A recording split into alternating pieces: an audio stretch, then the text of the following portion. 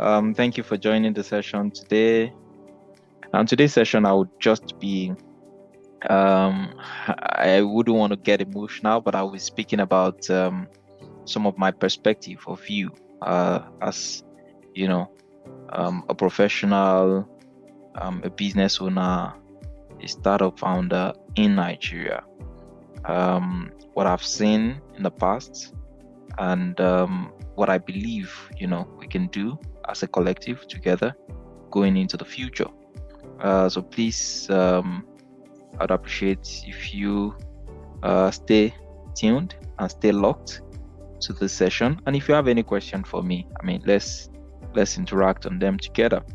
So to start, on a lighter note, I would say that my perspective is that you only have two options to be a leader and to influence whatever change will happen in Nigeria.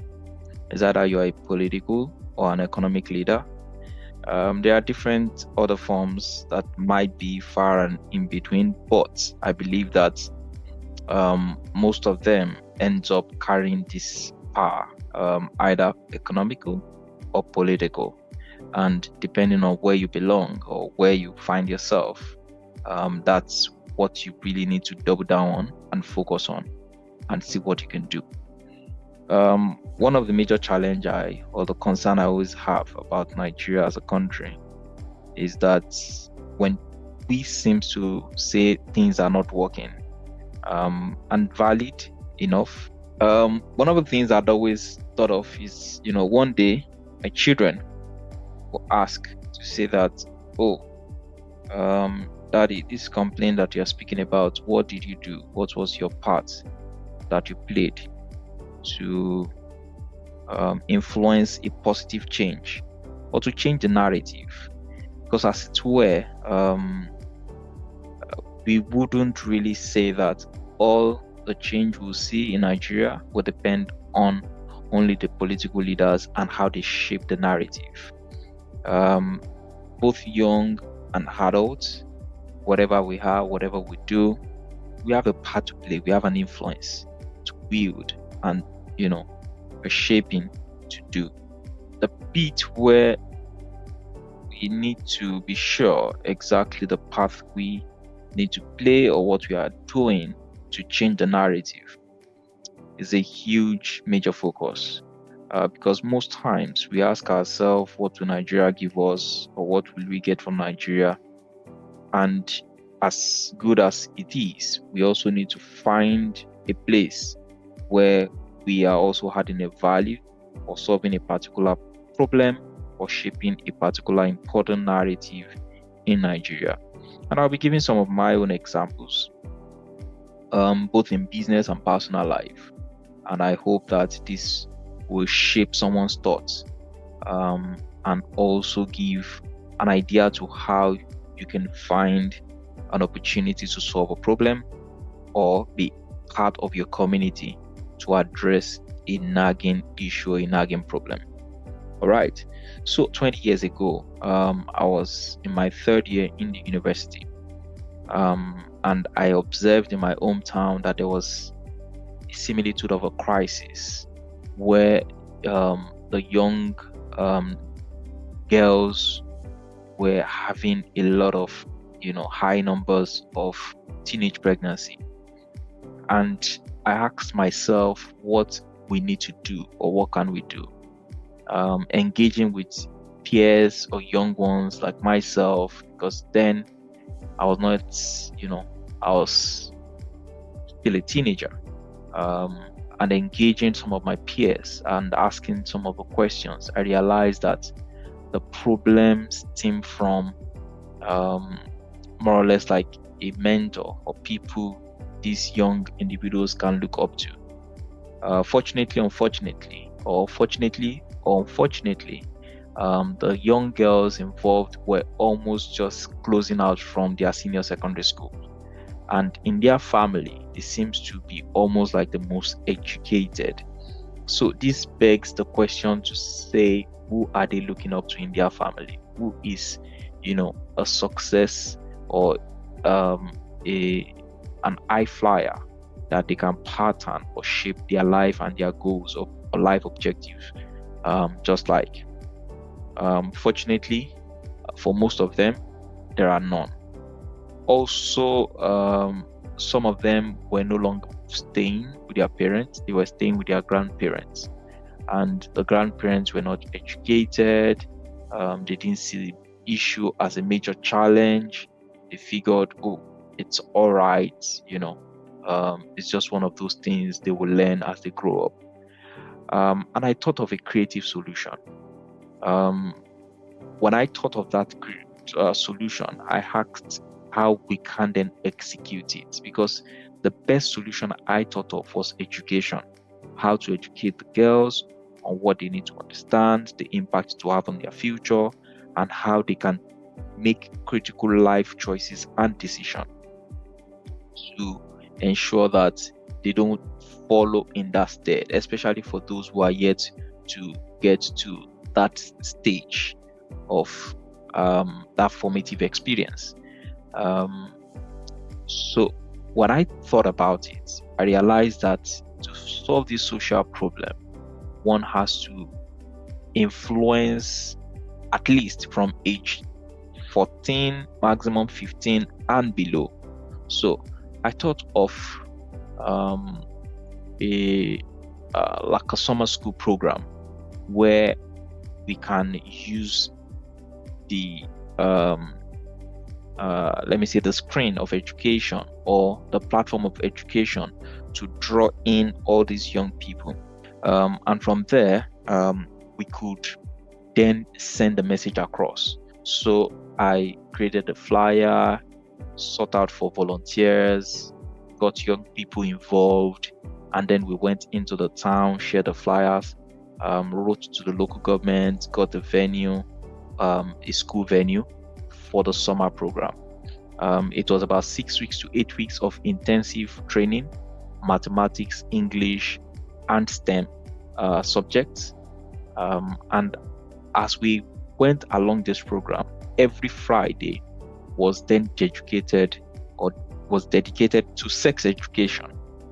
Sex education using audiovisual materials, and there were very popular videos around that time that spoke to the subject. One of them, the popular one, is Yellow Card. I think it's from Zimbabwe or somewhere in southern part of Africa. It was surreal, it was direct, it was exactly speaking to what we're looking at. So we use those kind of materials to train these young children and to speak to them in languages that they can understand. To also find people who were already in universities to come speak to them, engage them, influence them, and encourage them on the path that they should follow. And I think right from this moment, the narrative of how I shape the community I find myself took a major shift, because as soon as we solved or we did that program, I could see the impact. I could see the impact so much so that the next one we identified was that there was mass failure of maths and English in the WAEC in the local government, Ikene, local government back then. And what we did was to also start a weekly program to teach maths and English. I volunteered myself teaching the maths, and I got one of my colleagues in the university who loved teaching English to then teach the English language. And as of today, there are success stories of people who participated and have been impacted. So much so that as of today that I'm speaking, at least I know of one young lady who participated in that program who today is a PhD holder in the field of chemistry. And I believe that there are little things in our corners that we need to put in place to change the narrative of the nation, because Nigeria, as it were, is big and complex, and if we wait and watch, things might go down the drain. And that's why we don't have to wait and watch. We just need to pick it from our little corner not thinking about what's in it for me, not thinking about the financial reward, not thinking about the benefit, but think about the end goal, the lives that will be transformed, destinies that will be changed, and what you would then also bring to the table as a culture shaper or culture shifter. I think that immediately I was able to execute these two social projects. I moved for my national service. From national service, when I got to Sokoto also, there were lots of opportunity, and also because back then information technology was just beginning to become very critical and important. People started, having the adoption of I want to learn word processing, I want to learn this, I want to learn that.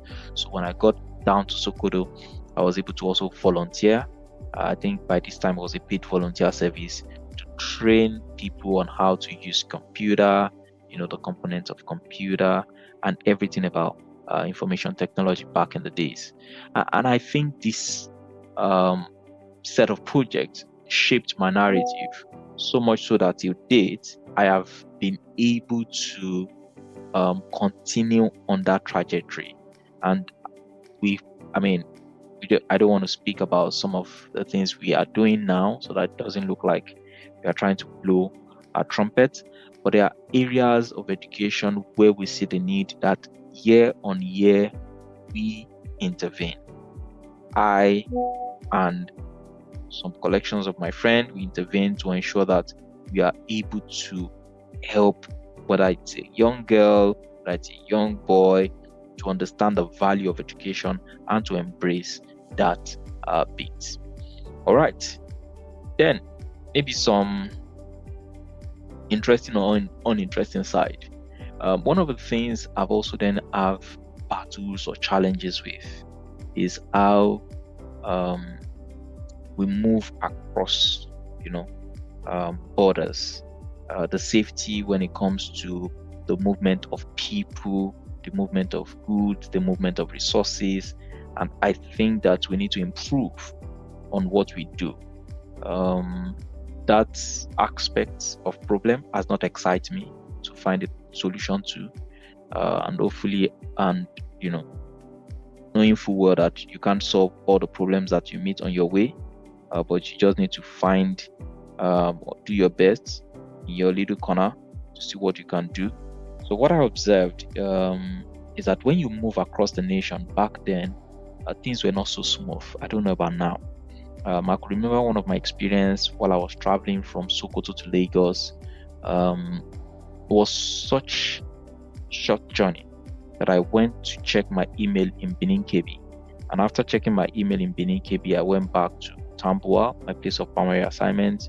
And that night, I'd received an email from one of the Big Four to participate in a written test for shortlisting 2 days from that time. And what it simply means is that you need 24 hours or approximately 24 hours to, travel from the north down to the south, Sokoto to Lagos back then. So what I observed was that I couldn't find a suitable and convenient means of transportation back then. The only one I saw was about to leave the terminal when I got there.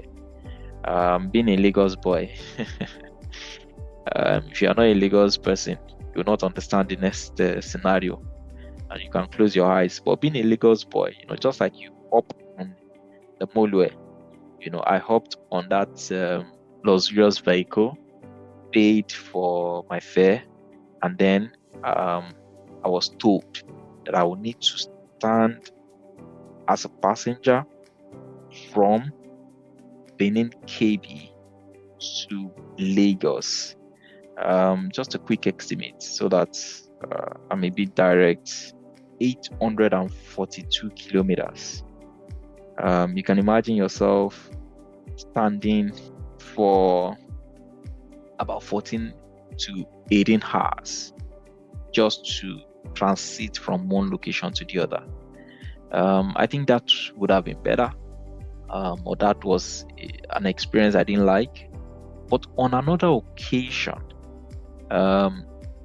I realized, or at some point in time, I used about almost 3 days on the road. And what happened? I was traveling from Lagos to Sokoto, and then the vehicle got damaged, or developed a fault on the way. And lo and behold, there was no other alternative. The only alternative was for the driver to fix the vehicle, and then we continued the journey. And it took over 24 hours to fix the vehicle. How did I survive? How did I feed? How did I eat? I was at the mercy of passengers or co-passengers that were traveling together. I don't want to say anything about how I felt, but I could imagine that if things were done properly and we are in a normal climb, there should be an insurance solution where that driver will not put us to the rigor of staying with him to fix the vehicle, but another vehicle will be hailed or called.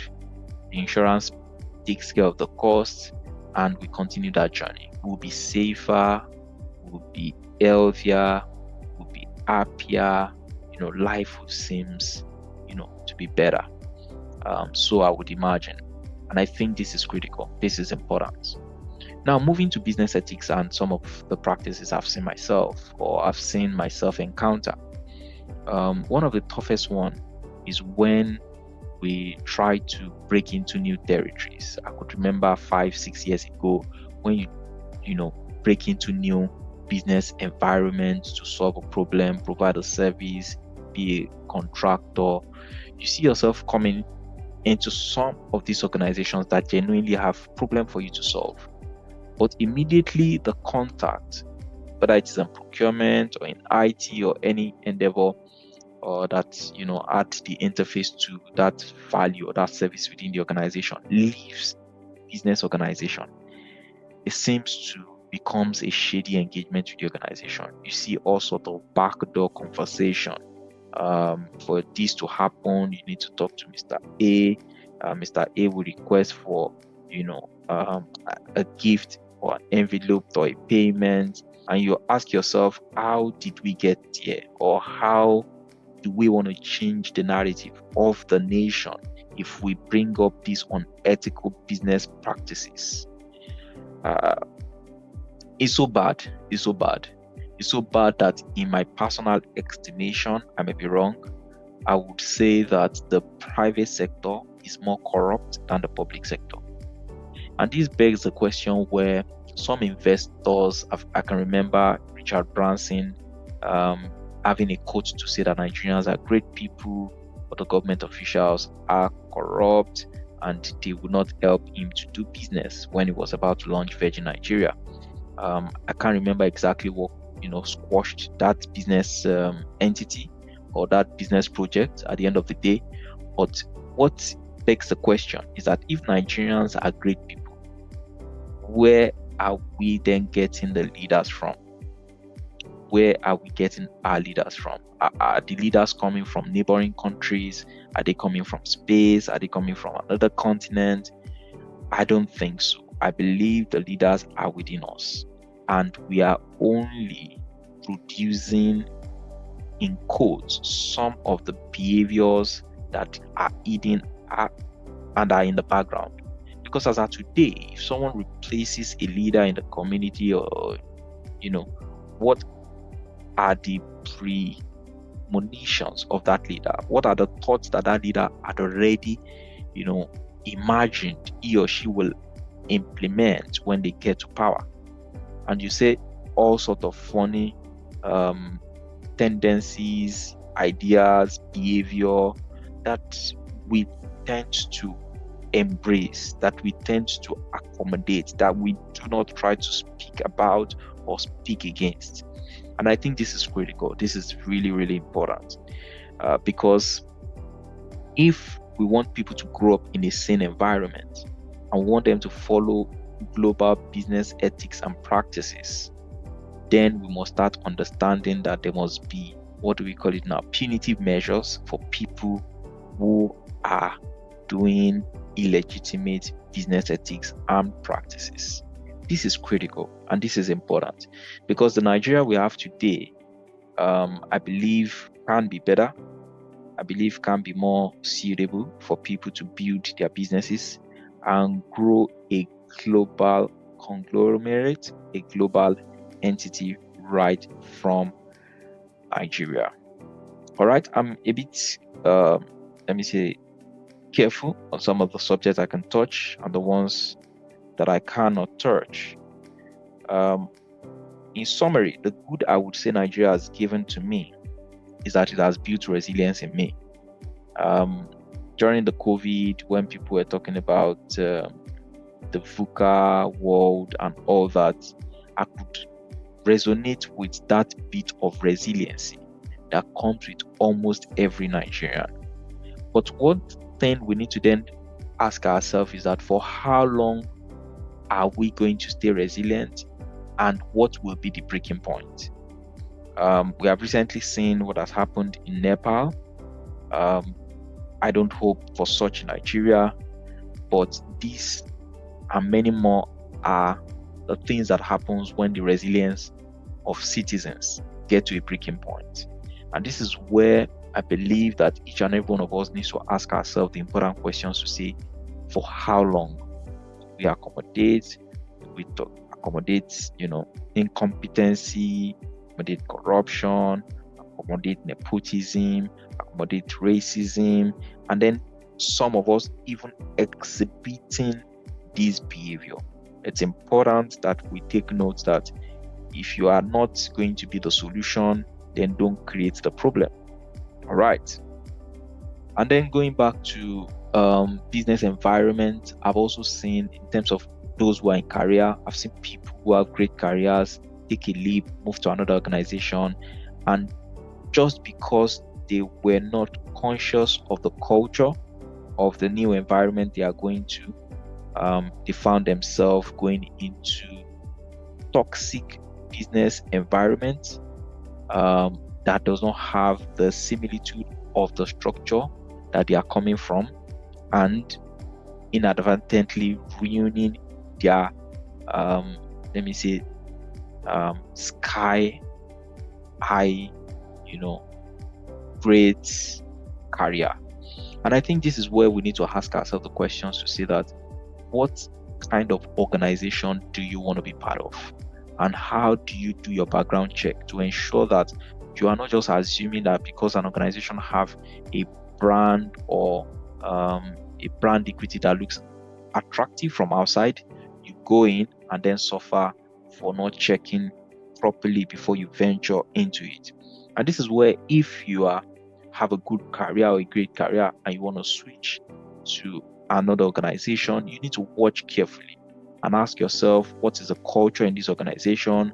Who is going to be my line manager? Because when you hear things like people don't leave an organization, they leave their line managers, it's critical. It's important to your development.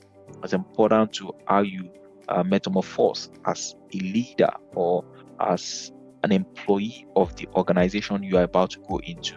So what is the culture of the organization? Who is going to be your line manager? And there are checks you can do, even on LinkedIn, for example. You can speak to people who used to work in that organization. I've seen myself, speak to people who were occupying the roles that I was being interviewed for, CIO, CTO, all sort of roles. I see myself to those people and ask them questions as to, why did you leave that role? Why did you leave the organization? Why do they want to replace you? What can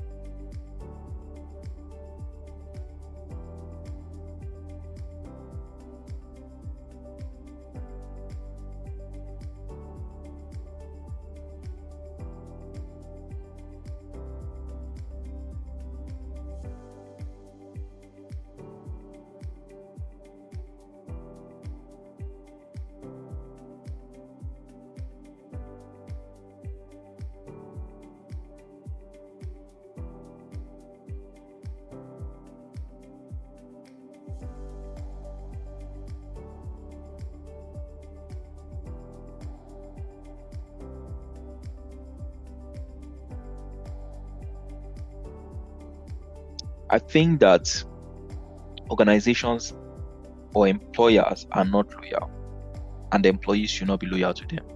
If you disagree with me, it's fine, but this is my personal opinion. Employers are not loyal, employees should not be loyal to them. And what I mean by this is that this is not generic. It's not like it's for every organization. But most organizations today, you see that they put themselves first, not by intention, but rather by design. And this is where an employee needs to understand that I have a lifespan for my career. There's a limited time for me to work, and the experiences I gather across the journey will be important to how I shape my future and my destiny. And this is where you need to understand when people say things like your career is on the table of your line manager. Some organizations will say your career is in your hand. I would say to you that if you are in an organization where you all just want to go through the rank, the career can either be on the table of your line manager or your hand. And either case, I would say that you need to put it more in your hand than rather on the table of the line manager. And how do you put it in your hand? For example, I would say that, personal opinion again, I would say that don't stay more than 2 to 3 years in any organization, maximum 4 years. Because as much as possible, there is a limit to how almost anyone can grow within an organization. There is a limit. Most multinationals that I see today, I've not seen, especially the European multinationals, I've not seen someone who had scaled from being a graduate trainee in an African country, then scaled to be the MD at the group level. You rarely see it because of several nuances that no one can particularly control and say that there is a balance across board. If a trainee is hired in Europe and a trainee is hired in Africa, they will not even earn the same salary. So how would you say that they are peers or they are colleagues? I think you'll be deceiving yourself.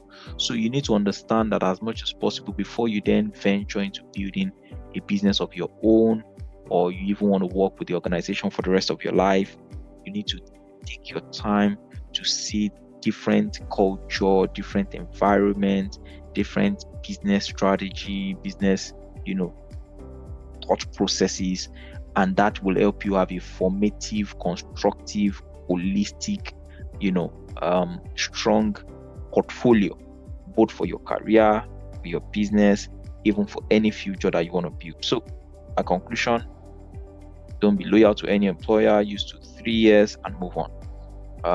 If that employer genuinely has plan and not the plans that is in the pipeline, genuine plans that you can see being said and done, then please be loyal. Be loyal because as much as possible, most organizations will not give you that platform and you will not see that benefit everywhere. So be loyal to that employer, stay within, learn, develop yourself, and prepare yourself to be an important leader in the future of that organization. All right, be extremely careful with your personal security. By this, I'm saying that when you are speaking or you are sharing critical, important information about yourself, about your finance, about your family, please don't share it in the open or public space. Don't have your phone and then you are speaking, we just closed a contract of 25 million naira. You are looking for trouble. Don't go online and say, oh, this year I have made 100 million. This is how you make 100 million. Don't expose yourself unnecessarily. Even when you have a chit chat with friends, families, loved ones, it's important for you to manage the kind of information that you are sharing with them. A local adage says that every lizard walks with their belly. You don't know which one has stomachache. Literal translation. So you say, oh, this person has my interest at heart. How true would that be? I don't know. It's up to you. All right. When it comes to business also, I would encourage you that you need to build a regulatory proof business if you are in a regulatory protected vertical. Build a regulatory proof product or business because you don't want to have any altercation with the regulator in your industry. However, if I'm to do business differently, I would encourage you to say disrupt or innovate in a vertical with little or no influence of regulator. When I mean regulator, I'm not saying there won't be regulators in areas like data privacy, areas like information security. Those are standard global protection or guardrails to protect how data or information move from one border to other, or even within the same geography. That's a constant key. But when it comes to an actual business, let's say, for example, a fintech business, you need a license, you need this, you need that. If you can find a value that is missing within that fintech vertical, and that value will necessarily not make you need to get a license, those are the sweet spot for businesses. Because when you do that, it gives you the let me say the leverage to then scale within that vertical without anyone interrupting how you are scaling or how you are growing or holding you back. Because sometimes regulators are good, they are nice, I love them, but I would say that sometimes they just don't see innovation. And sometimes regulators make us in Nigeria and Africa specifically to be 10 years and above behind our contemporaries in developed country. Also, if you have the opportunity, invest in a business that is solving the problem of infrastructure and not just rather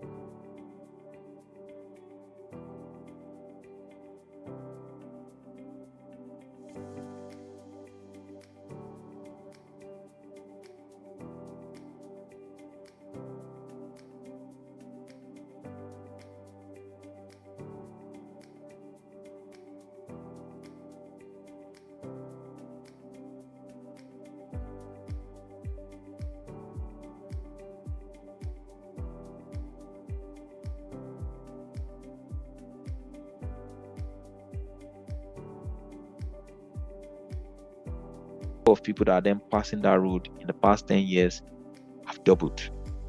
They have doubled, and in the next 10 years they will triple. But what is a plan to grow that pathway? And also when you look at alternatives, because most times we are stuck, say for example, interstate to go by road alone. But there are alternatives that if we build safety into them, they are quicker, cheaper, safer, cleaner for the environment, or for the environment, than using the road alternative. An example of it is rail and water. I know that an individual may not be able to invest in rail alone, but I would say that these are the things that we need to start looking at, how to take up such projects that will ensure that the movement of people from one end to the other of the nation is cheaper, quicker, faster, safer for the environment, and also with a bit of convenience. When we travel for vacation and we go to almost every city, we pay for the things that when we come back to Nigeria we don't want to pay for. An example is things like boat cruise. You rarely see us do those kind of things in Nigeria. Or an example of the heights of Lagos through the waterways, experiencing Lekki, Ikoyi, even some part of VI, through the waterways. And you can move almost from one end to the other of Lagos through the waterways. Imagine moving from Badagry to Ikorodu through the waterways. And whether you are doing dispatch, you are doing delivery, you are doing movement of people, groups, whatever, you can move them through those alternate channels. And these are many more other things we need to think about. I think I heard about boats some time ago trying to do something on the water, but they did not get that over the line. All right. Now the next point also is a bit controversial, but I'll say it nonetheless. Never, I repeat for 1 million times, never build your product and services if you have the wherewithal and you want to scale. Never at the initial phase build alone for the Nigerian markets. Build a global product with Nigeria as your starting point. So much so that when you are scaling, you don't need to revamp or do a lot of changes on the stack for your product. I don't know how to explain this other than the fact that sometimes you also need to see it as de-risking your growth and your revenue opportunity or potential, because it's rare for all the countries in, say, for example, West Africa to have economic downturn all at the same time. It's very rare. It's possible, but it's very rare. So imagine that you have 2 Anglophone country, Ghana, Nigeria, and then 3 Francophone country, Cote d'Ivoire, Senegal, Burkina Faso, as your touch point. And you are building right from ground to focus on those 5 markets. Yes, Nigeria is where you are starting from, and you learn, understand, and find partners in other places. But you are not building and saying you are building only specifically for Nigeria. All right, the next one also quite controversial, but I'll say it nonetheless.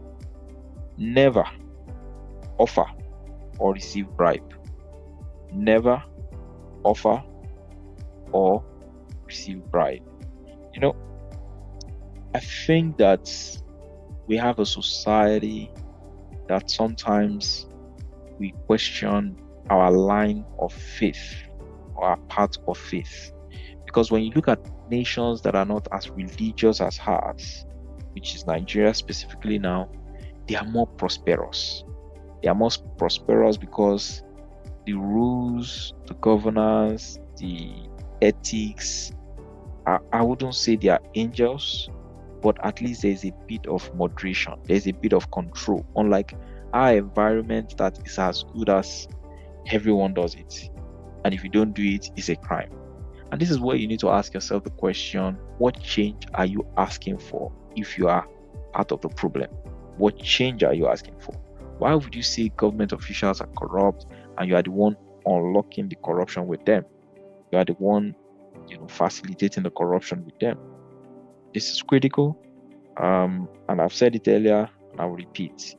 The private sector seems more corrupt than the public sector, because even sometimes you see that there's a metamorphosing of private sector players to the public sector, and when they get to the public sector, there's really not much difference, and we'll come up with the excuse of, if you cannot beat them, you join them. I don't think that is tenable. I don't think that will suffice. In the next 5 to 10 years, there will be a lot of review, a lot of queries, a lot of audits that will be happening to the integrity and the personality of people. The political class, where we transfer political leader transfer power to their children, is expiring. That time is getting outdated and is no longer going to be sustainable. It's a no-brainer. And if you still belong to that class, you still belong to that ethos, you are not preparing yourself to be future-proof and to be ready for that change that Nigeria will be having. All right. For those who may not be aware, there is more money in the private sector than the public domain or public sector. There is more money in the private sector than the public sector. If the private sector does not thrive and do extremely well, then government sector, public sector will suffer. There will be no means of getting revenue for them to use. Now, who are the leaders that we have in Nigeria? Where are they coming from? Like I mentioned earlier, the case of Richard Branson and Virgin Nigeria. We need to ask ourselves this question. When I get to power as economic leader or political leader, what kind and type of leader would I be? All right, getting to almost the closing. I'd love to see if you have any question for me. Please drop them in the chat. All right, Iman says AI is causing the shift. You must embrace and grow. Right, I've spoken about some of these in my previous LinkedIn live sessions. There is loyalty, but you can create resilience. Okay, thank you. Interesting discussion. If you want to get AI training and education, let's talk. I have to go. All right, Iman. If anyone needs to get AI training and education, please reach out to Iman Kond. Iman will point you in the right direction. If you have any question for me or my thoughts about any discourse, recent, old, please drop it in the chat.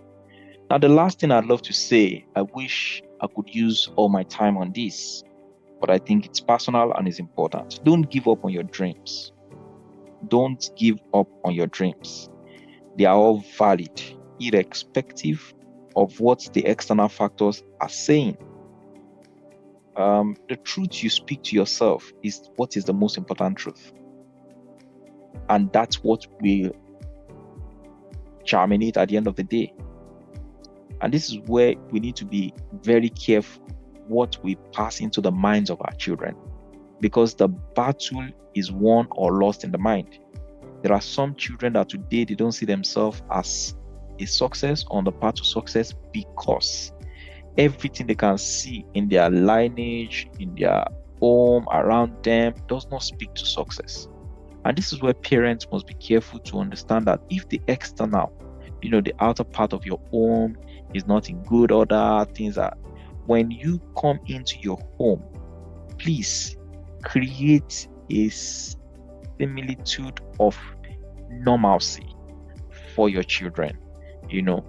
Get the walls to be creatively painted, get the best things that can steer their minds to be on the wall, stuck to the wall. You print them and put them on the wall. Get things that can steer you in the right direction to be where you can see them from time to time. And I repeat, don't give up on your dreams. They are all valid, irrespective of what the external factors are saying. Today, it might look like, the economy is in shambles, the earning powers of people are dropping, there's inflation, government data versus reality is not matching. Don't give up on your dreams. Your dreams are valid, irrespective of what the external factors are saying. And the truth that you say to yourself, like, I will succeed, I will make it, I'll find my way to legally, thrive in Nigeria. The truth that you repeat and you say to yourself are quite more important than you can ever imagine. I hope this session today has been enlightening and engaging and encouraging for someone. And if you have any, questions, you can drop it in the chat here. If you are shy like me, you can come to my inbox and we can have a conversation. Thank you for joining the session. I'm, excited. I'm grateful. And it gives me that courage to show up and to come speak to you guys week in, week out. Even if, like, for example, this week where I'm emotional about Nigeria, the progress we are making, why things are slow, why things are not going the way they should go,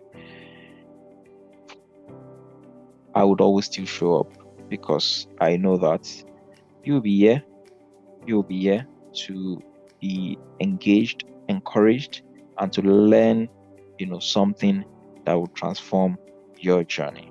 All right. Thank you for having me. See you next week.